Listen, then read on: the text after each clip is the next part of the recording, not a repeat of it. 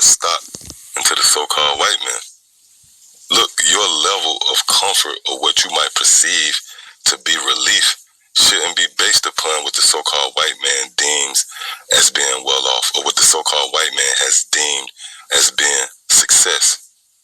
Why? Well, if for nothing else, everything here in this place is temporal, man.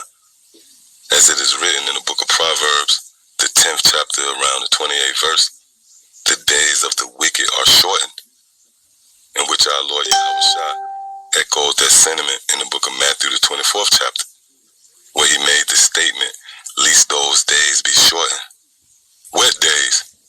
The days of the so-called white man, the season of Esau. So in no wise should we put our stock into this place. And again, for if nothing else, it's all temporal, and that's what we read in here again.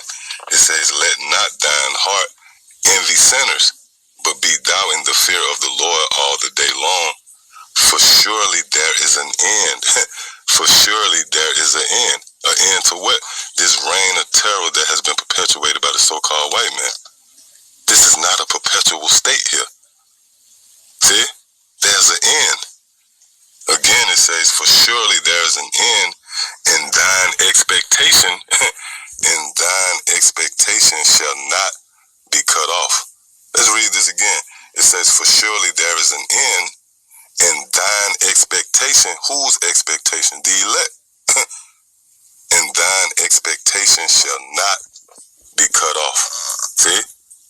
So you have this word expectation associated with the righteous, those whose desires would be fulfilled by Yahweh Shem Yahushua, and their expectation or anticipation is nothing more than an attribute, a quality that will be possessed by the believers of our Lord Yahushua. Now, with that established, that attribute, anticipation, that spirit of anticipation in its perfection comes with duality. There's a balance to anticipation. There's a balance to expectation and looking for new heavens.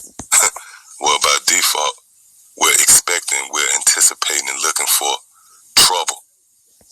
Is it not written in the book of Acts, the 14th chapter and the 22nd verse, "Through much tribulation we shall enter into the kingdom of heaven"?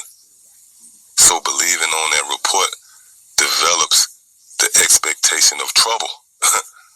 Before we enter into the kingdom of heaven, we must first pass the danger that's set before it. Which brings me right here